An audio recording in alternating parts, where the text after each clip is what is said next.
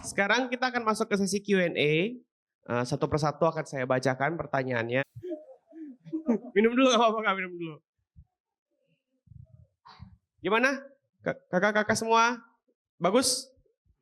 Bagus ya, bagus. Nanya depan orang Puas ya, puas. Pertanyaan pertama nih, Kak. Iya. Apakah anak berkebutuhan khusus boleh tinggal terpisah jauh dari orang tuanya? Seperti kasus Timothy. Terus bagaimana enaknya berbicara dengan bijaksana kepada orang tua murid untuk memeriksakan anaknya ke psikolog? Karena ada orang tua yang tidak mau terima kalau anaknya berkebutuhan khusus. Oke ya. Yang pertama kita lihat severity-nya. Kalau kayak Timothy itu nggak severe. Ada juga klien saya autism Asperger, itu paling ringan. Asperger itu dia punya kepintaran kejeniusan. Yang tadi saya bilang yang dilemparin tasnya di lantai 3, lantai 4 ya. Terus maaf nih, dia pernah kelaminnya ditendang apa segala macam. Tapi saya bilang, ini anak ini susah buat dia mengubah dirinya karena ada keterbatasan, sehingga sistem yang perlu diubah. Dia pindah ke sekolah lain yang saya sebut lebih cocok sama dia, fokusnya kepada inteligensianya, dan dia masuk situ bagus, habis itu masuk ITB dia.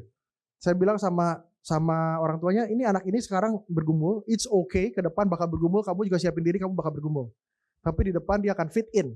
Bahkan orang akan cari dia karena dia punya jenius yang tinggi. Nah itu terpisah bisa, dia di ITB, orang tua di Jakarta, Bandung, bisa. Tapi kalau orang yang bisa Down syndrome, gitu misalnya autism yang severe, yang parah, itu udah pasti di dalam kehidupannya dia bakal didampingi terus. Jadi orang tuanya perlu ngelihat. Jadi tergantung severity-nya, gitu ya, severity-nya lihat. Dan yang kedua tadi soal apa dia? Bagaimana cara memberitahu ke orang tua untuk memeriksakan anaknya ke psikolog? Nah, ya tadi yang saya bilang, konseling itu buat orang normal dan punya masalah. Jadi orang-orang yang mau ngerti dirinya, mau ngerti keluarganya, lebih wise itu justru konseling. Tinggal ngomong, Bu, konseling itu oke banget buat orang yang normal. Bahkan gurunya pun kalau perlu bilang, saya juga konseling. Kayak saya sendiri, saya udah 20 tahun konseling, tapi setiap bulan saya pasti lakukan konseling atau coaching kepada orang lain. Kenapa? Karena itu yang membuat saya tetap fresh, tetap segar gitu ya. Jadi ya bicarakan begitu, mulai budayakan. Konseling itu kayak kita ngomong, ikut pemuritan yuk. Ya, yuk ikut pendalaman Alkitab. Konseling yuk. Kenapa? Karena konseling itu bahasa yang sangat awam. Kan kita nggak ajak dia ke rumah sakit jiwa kan. Ke rumah sakit jiwa yuk, kan nggak begitu. Ya, kita konseling yuk. Nah itu normal. Jadi dinormalisasi. Oke, berarti harus menormalisasi konseling itu lah. Iya betul. Oke, mantap. Mantap. Semoga terjawab ya Bapak Ibu ya yang tadi bertanya ya. Karena saya nggak tahu siapa yang nanya tadi. Yang kedua, mau tanya, kalau anak kelas 1 SD sering marah atau impatient, itu sebagai orang tua harus bagaimana menyingkapinya? Apakah normal dalam tumbuh kembang anak seperti itu? Anak ini suka bercanda, tapi susah ngontrol ketawa, nggak berhenti, kadang pakai kata-kata nggak baik, kadang kata-kata yang nggak sopan. Tapi keras hati gitu. Jadi gimana ya cara ngebentuk anak agar menjadi pribadi tidak keras hati gitu? Iya. Saya nggak tahu situasi kondisinya apa. Paling gampang itu anak itu kalau berapa kali di treatment terapi gitu ya, orang tua tuh mau selevel sama dia gitu ya, terus dipeluk gitu ya, ditenangin, dipangku gitu ya, itu menolong. Saya pengalaman pribadi nih, anak saya yang kedua itu dia tuh beringasan dulu waktu kecil. Wah lari sana, nabrak sana, gitu, jatuh. Kalau ada kayak gini nih, dia naikin nih, gitu ya. Saya kadang saya sampai malu juga. Saya khotbah, dia naik ini gitu ya. Tapi singkat cerita ya, dari kecil tuh dia susah banget. Tidur itu nggak bisa tidur karena asma. Jadi setiap kali tidur tuh harus digoyang-goyangin. Digoyang-goyangin pakai ini. Jadi istri saya tuh udah kelelahan. Begitu dia makin gede, istri saya tuh kayak ada distance sama dia. Nah jadi kalau saya ngerasa, kalau sama saya kok dia lebih tenang, lebih baik gitu ya. Tapi kalau sama istri saya gitu, ke mall, istri saya nggak pernah bisa pegang. Lalu saya ajak terapi. Terapinya lucu banget. Terapinya itu momen khusus sama mamanya, duduk gitu ya. Lalu ntar si terapisnya keluarin, nih kasih makanan, suapin mami. Ya suapin. Mami suapin. Ini ada lotion, lapin kasih ke mami. Mami kasih ke ini. Anak itu ngerasa secure, tenang, pulang terapi. Dia ke mall, tiba-tiba jalan tenang digandeng. Nah, karena kadang-kadang jangan-jangan anak itu butuh figur mamanya atau figur papanya, terus gak pernah ada. Mamanya sering ke papanya atau papanya sering ke mamanya, padahal kebutuhan anak itu pengen attach sama mamanya atau pengen attach sama papanya. Ya mungkin mamanya capek, ya di counseling dulu pelan-pelan. Tapi begitu dia ready, dia akan kasih something. Atau mungkin papanya, dia selama ini butuh papanya gak pernah peduli, kerjanya terus. Nah, kasih waktu buat anaknya, itu anak itu berubah sikapnya. Jadi saya nggak tahu masalah di mana. Bapak ibu yang tahu, cari tahu. Kalau kurangnya di papanya, spend time with dad. Kalau kurangnya sama mamanya, spend time with mom. Dan personal, maka perubahannya nanti nyata. Berarti perubahan itu karena intimacy dengan si anak itu sendiri ya? Betul, attachment itu kuncinya sebetulnya. Oh. Ada nih di kelas Motivate kakak-kakak sekalian, bisa join nanti. Oh yes. Langsung, pintar dia nyamper. Di buku saya juga ada. Tapi saya gak bawa bukunya. Nah, pertanyaan berikutnya Kak. Saya dulu sering mengurung diri. Dan sekarang saya seperti kayak merasa dibully. Padahal sebenarnya tidak dibully. Jadi merasa kayak kurang pede jika melakukan sesuatu. Bagaimana cara mengatasinya? Nah ini dia sisi korban. Berarti kan polanya avoidant. Mengurung diri, gak ngerasa dibully, tapi kayak perlu melindungi diri dengan cara mengurung diri gitu kan. Berharap dengan seminar ini punya awareness yang baru. Belajar membuka diri, belajar approach sama orang, sadar bahwa orang itu aman, ada komunitas-komunitas seperti di gereja ini, orang-orang yang bisa di-approach gitu ya. Minimal ada dia nih, Davin, Henry, Rian, itu samperin, pasti mereka safe. Pak Yusuf, Pak Billy pasti safe. Artinya belajar untuk open. Maka punya pengalaman yang baru, ternyata pada saat open, itu tidak terluka dan aman. Nah, mulai dari komunitas yang baik. Jadi kalau hari ini dengar, kita tahu kita nggak boleh stay di area avoidant. Belajar untuk masuk ke area yang secure. Baru kita akan grow. Kalau enggak, kita going nowhere. Ke situ aja. Bertahun-tahun akan di situ terus. Jadi berdoa sama Tuhan, Tuhan minta keberanian gitu ya. Ada serenity prayer tuh. Ada hal-hal yang nggak bisa ubah, Tuhan berikan aku kedamaian, terima. Ada hal-hal yang saya bisa ubah, berikan saya keberanian untuk saya berani melangkah, mengubah. Tapi Tuhan berikan saya wisdom, berikan saya hikmah untuk bisa membedakan keduanya. Mana yang perlu diubah dan mana yang perlu diterima. Itu doa yang bagus. Boleh diungkapkan, ya doa dari Reinhold Niebuhr. Tapi itu menolong kita melangkah, bertumbuh di dalam iman kita dan pengenalan kita kepada Tuhan gitu, dan kepada sesama. Jadi melangkahlah ke area secure tadi.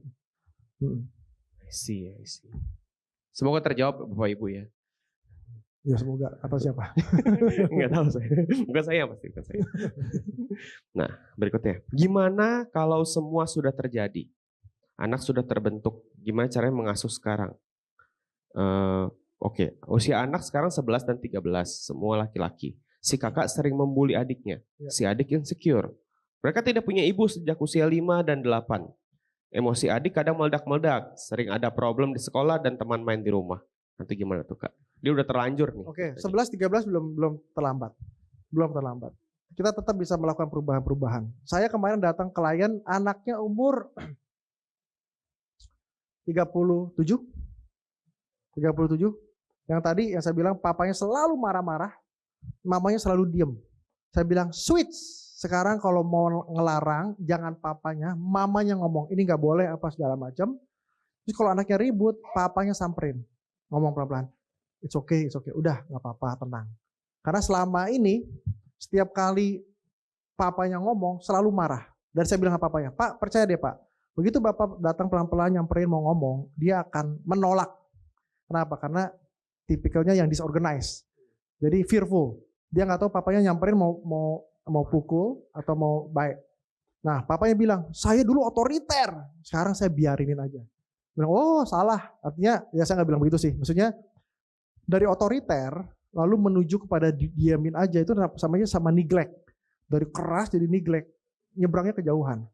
Justru dia harus melatih diri untuk personal. Itu umur 37 loh. Tapi begitu papanya melakukan itu, sadar gitu ya, reparenting gitu ya, sadar anaknya jadi lebih tenang. Karena anaknya jadi chaos banget itu, pinjam uang, ratusan juta gitu ya. Terus begitu juga hidup bebas gitu ya, dan keluarin marahnya ke situ. Nah, jadi begitu reparenting, peran itu dimunculkan kembali, mau usianya berapapun, itu akan better. Gitu ya. Saya pun belajar berkomunikasi, berelasi, rekonsiliasi dengan my mom itu umur 30-an.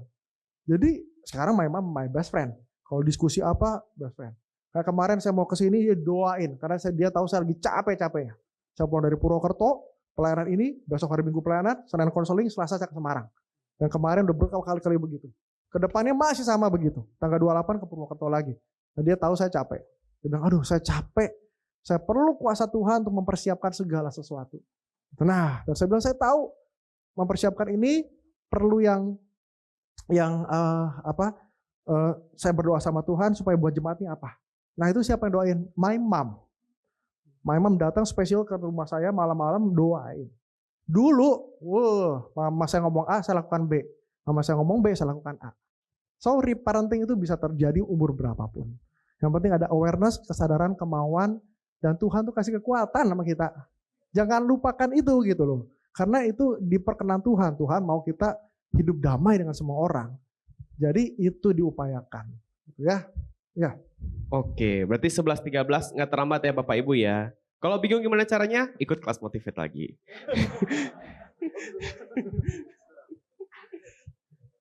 Nah, sekarang berikutnya. Saya sebagai mama sekarang, dulu sebagai anak yang anxious. Pola asuh saya ke anak lebih ke permisif dan anxious. Yang ingin saya tanyakan, anak perempuan korban sosial bullying. Anak perempuan? Anak perempuan korban sosial bullying. Berdampak sampai sekarang 19 tahun. Tidak punya teman. Dan punya negative thinking terhadap orang. Anak saya punya kecenderungan sosial, anxiety, dan overthinking. Anak tidak mau konseling atau dibawa ke psikolog. Bagaimana cara menolong dan tips dalam pendampingan? Ibu dulu yang konseling, nanti ibu belajar pelan-pelan menjadi pribadi konselor yang lebih baik buat anaknya. Sehingga nanti anaknya ngelihat ada perubahan dari mamanya, anak itu pelan-pelan mau juga untuk konseling. Jadi itu mulai dari mama. Baru pelan-pelan bisa.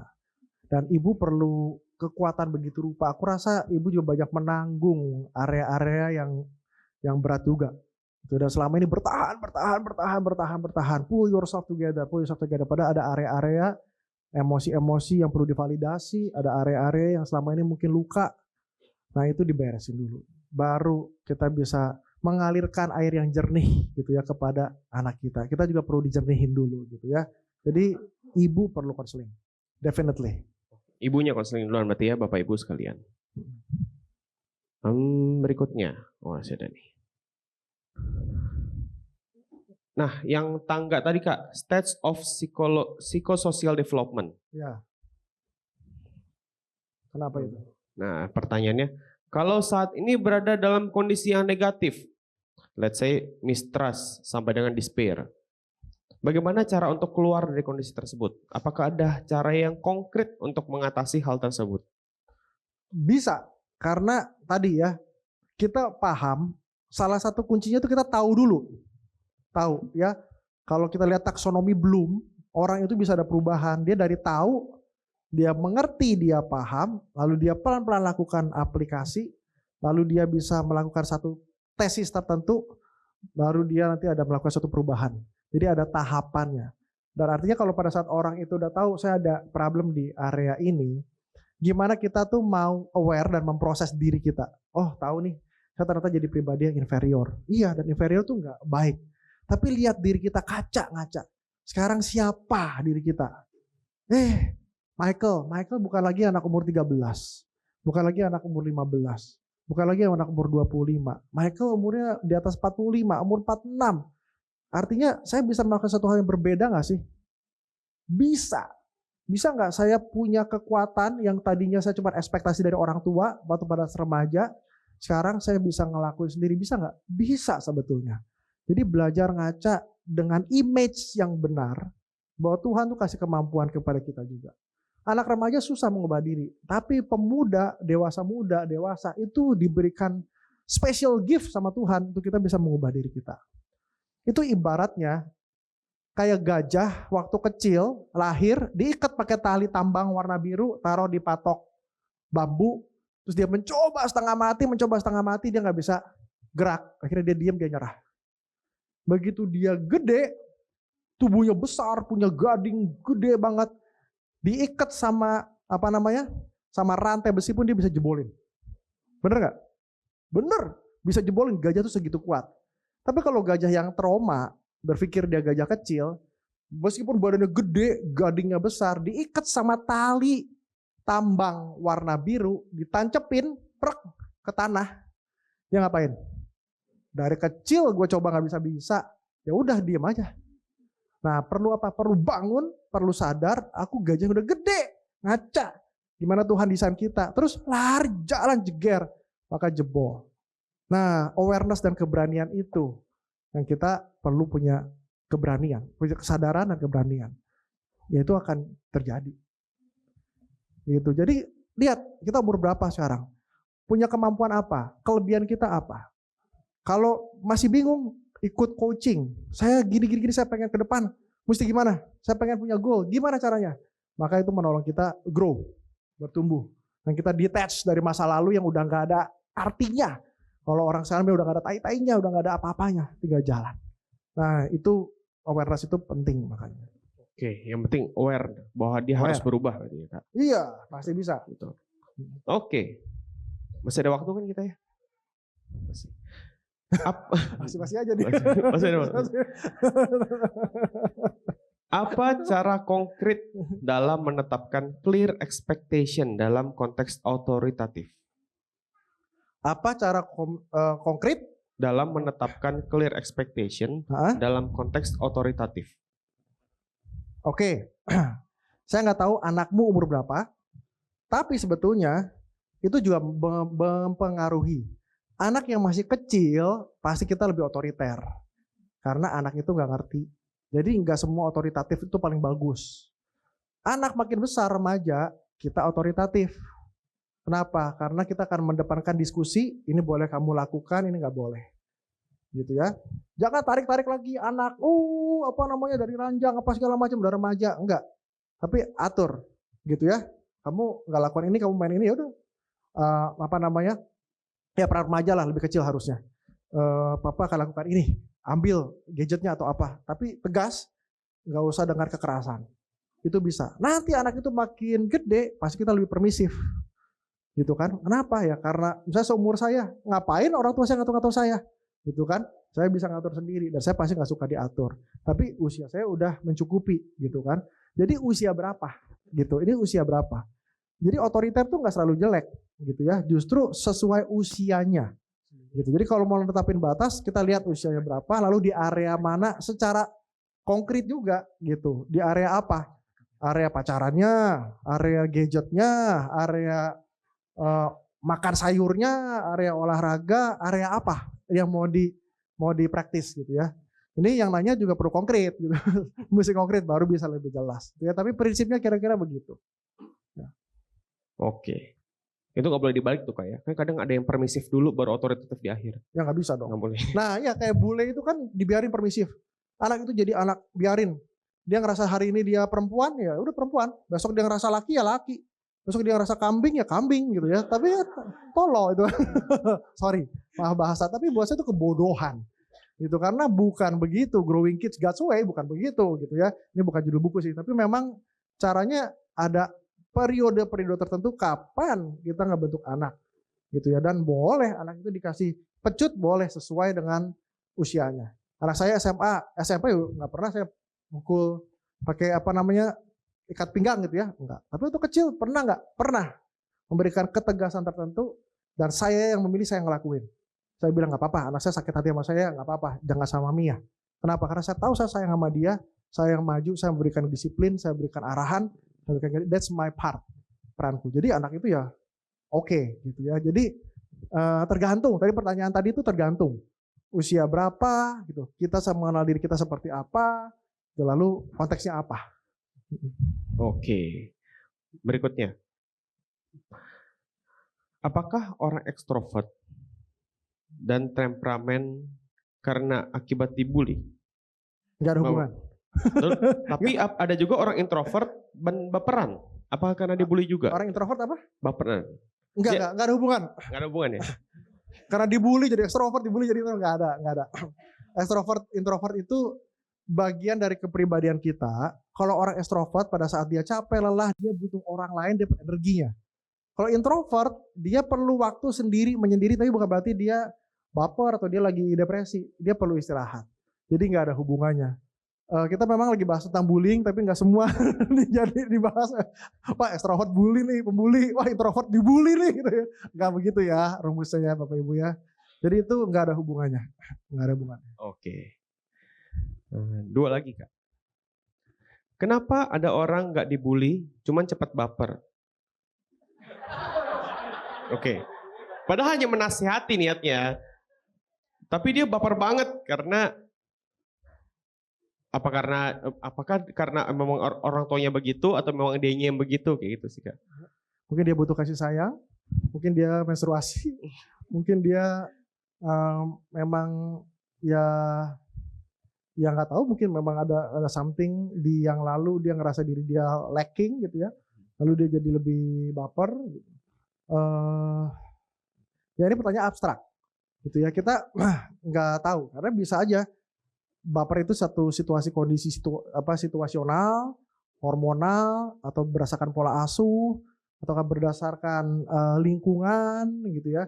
Ada misalnya actively disengage, dia masuk ke satu perusahaan atau masuk ke satu gereja, harusnya engagement-nya bagus gitu ya, tapi dia nggak bagus. Kalau nggak bagus ya udahlah kamu keluar dari gereja, disengage aja, nggak mau. Kenapa? Karena pengen do something di situ, akhirnya dia actively disengage, nggak di situ tapi jelek-jelekin. Nah itu kan jadi baperan juga. Nggak tahu juga, jadi masalahnya di mana. Tapi itu semua bisa terjadi gitu. Nah makanya kalau misalnya kayak begitu, ayo belajar untuk berusaha lebih objektif. Melihat bahwa orang itu aman. Dan kita bisa menciptakan suasana yang nyaman bersama-sama. Jadi nggak terlalu baper. Kalau orang diem, nggak ngomong-ngomong, it's not about you mungkin karena diri dia sendiri. Jadi akhirnya kita pelan-pelan bisa menata emosi kita, meregulasi emosi, bahwa oh iya ya, nggak semua itu take it personally, take it seriously. Kadang-kadang it's okay, biarin aja orang marah, biarin aja orang berantem, nggak mau ngomong sama aku, suatu saat nanti akan balik. Kenapa? Karena I feel safe, I feel secure. Tempat ini safe, tempat ini secure. Nah kita confident, mau berantem sama orang nggak apa-apa. Gitu. Wah mau kesel sama penatua Billy nggak apa-apa. Ntar besok, tapi saya nggak akan kemana-mana misalnya. Kenapa tahu? Karena dia orang baik, perjuangan hidupnya luar biasa, mau belajar sama dia, kita stay di situ. Lama-kelama feeling kita berubah. Kenapa? Karena kita bikin choices yang sehat, yang baik. Nah itu akan oke, gitu ya. Oke, jadi di-assess dulu ya Bapak Ibu ya, jangan langsung dihakimi, kesian dia. Betul. Terakhir, bagaimana cara bicara dengan pribadi yang hatinya keras dan yang hatinya keras? Bagaimana cara bicara dengan pribadi yang hatinya keras dan pernah terluka di masa lalu hingga menjadi pribadi yang tertutup? Ini orang dewasa tapi konteksnya. Supaya dia bisa terbuka untuk ditolong.